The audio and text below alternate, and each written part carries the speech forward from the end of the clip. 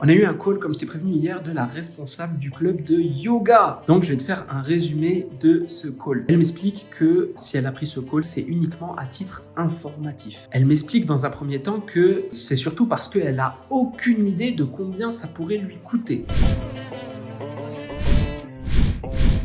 Jour 137 du build-in public et aujourd'hui, journée spéciale puisqu'on a eu un call. On a eu un call, comme je t'ai prévenu hier, de la responsable du club de yoga. Si t'as pas suivi, il y a une personne qui tient une entreprise dans la niche du yoga et qui m'a contacté pour la création de son site internet et tout simplement la visibilité digitale de son entreprise. Malheureusement, j'ai pas pu enregistrer ce call, mais de toute manière, comme l'ancien call, même si je l'ai enregistré, j'ai enregistré 45 minutes de call et l'idée c'est pas de te balancer les 45 minutes. Donc, je vais te faire un résumé de ce call. Donc, elle a un petit local ici, dans ma ville, et elle propose plusieurs prestations dans la niche, le domaine du yoga. Elle m'a expliqué qu'elle avait une petite boutique physique dans laquelle elle vendait, tu sais, des pierres, des cartes, des trucs de chakra, bref, tout ce qui est truc de yoga et des tapis de yoga, tout ce genre de, voilà, tout ce qui est dans cette niche. Mais elle proposait aussi des cours en physique aux gens directement qui viennent, qui se déplacent pour faire des cours, et elle propose aussi des cours en ligne,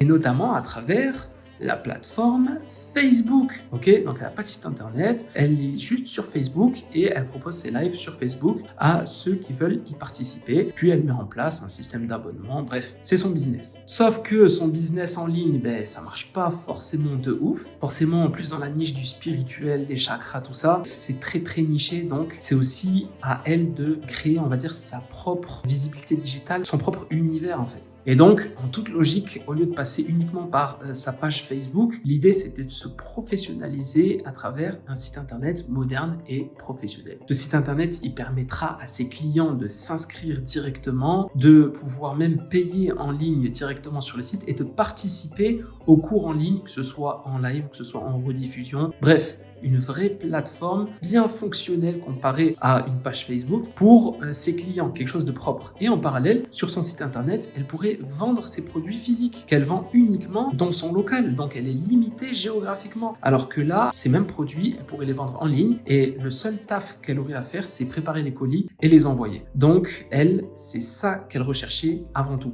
Ensuite, une fois que j'ai posé toutes mes questions et que j'ai bien compris un petit peu ce qu'elle recherchait et la niche et le système dans lequel elle était en ce moment et surtout son besoin, elle m'explique que voilà, si elle a pris ce call, si elle a pris ce rendez-vous, c'est uniquement à titre informatif. Du coup, quand elle m'explique que c'est uniquement à titre informatif, elle m'explique dans un premier temps que c'est surtout parce qu'elle a aucune idée de combien ça pourrait lui coûter. Donc en fait, ce qu'elle souhaite par-dessus tout, c'est d'abord que je lui fasse un espèce de devis rapide pour lui dire on est autour de combien pour ce qu'elle recherche. Au vu de tout ce qu'elle m'a dit, je lui ai expliqué qu'on était autour plus ou moins de 2000 euros. Faut compter autour de 2000 euros. Ça peut être 1009, 1008, comme ça peut être 2100, 2200. Puis ensuite, elle m'a remercié et elle m'a dit qu'elle note ça dans son calendrier et qu'elle reviendrait vers moi parce que pour le moment, c'est pas sa priorité. Elle m'explique aussi que l'idée, c'est de pouvoir travailler dessus cet été pour que la plateforme soit prête en septembre pour la rentrée. Parce que dans sa niche, elle a aucun intérêt de investir à fond pour cet été puisque l'été, les gens partent en vacances. Donc, c'est une période creuse pour elle. Et du coup, elle a envie de profiter de cette période creuse pour mettre en place sa stratégie pour que dès septembre, sa stratégie soit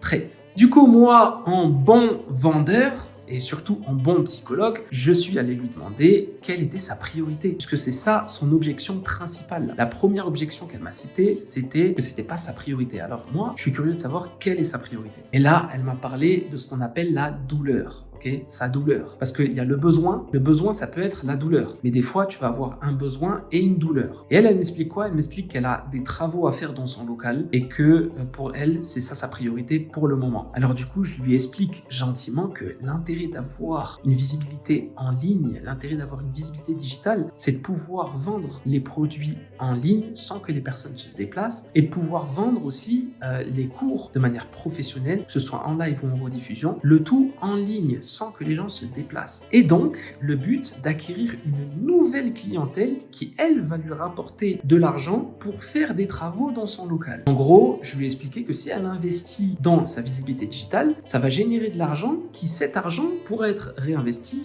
dans son local. Alors que si elle investit dans les travaux de son local, elle aura plus d'argent pour le réinvestir dans sa visibilité digitale. Et là, il y a eu un petit blanc. Il y a eu un petit blanc, comme une espèce d'hésitation. Et puis, elle m'a dit qu'elle préfère quand même s'occuper des travaux avant tout parce qu'elle a besoin de se décharger mentalement de ce problème. J'ai pas insisté. Je lui ai dit, ok, il n'y a pas de souci. Je lui ai dit juste, il faut qu'elle sache que si elle veut que tout soit prêt et optimisé pour septembre, il faudrait commencer dès maintenant. Parce que, ok, si on commence dès maintenant, ça peut être prêt d'ici cet été, mais entre prêt et optimisé, il y a une grande différence. Parce que lorsque tu proposes une prestation, que ce soit du media buying, que ce soit du community management ou que ce soit de la création de site web, tout ça, ce sont des prestations qui s'améliorent avec le temps. Par exemple, pour la création de site web, tu vas ajouter des articles de blog qui vont aider au référencement de ton site internet, qui va faire que tu vas apparaître dans les premières pages et donc avoir plus de visibilité, plus de visites. Qu'en gros, il était beaucoup plus judicieux pour elle de s'y prendre le plus tôt possible pour avoir un meilleur résultat en septembre. Alors que si on s'y prend au dernier moment pour sortir en septembre, et en septembre, elle ne sera pas optimisée comme elle le pense. De toute manière, c'est logique. Plus tôt tu commences et plus tôt tu auras de meilleurs résultats. Ça marche avec absolument tout.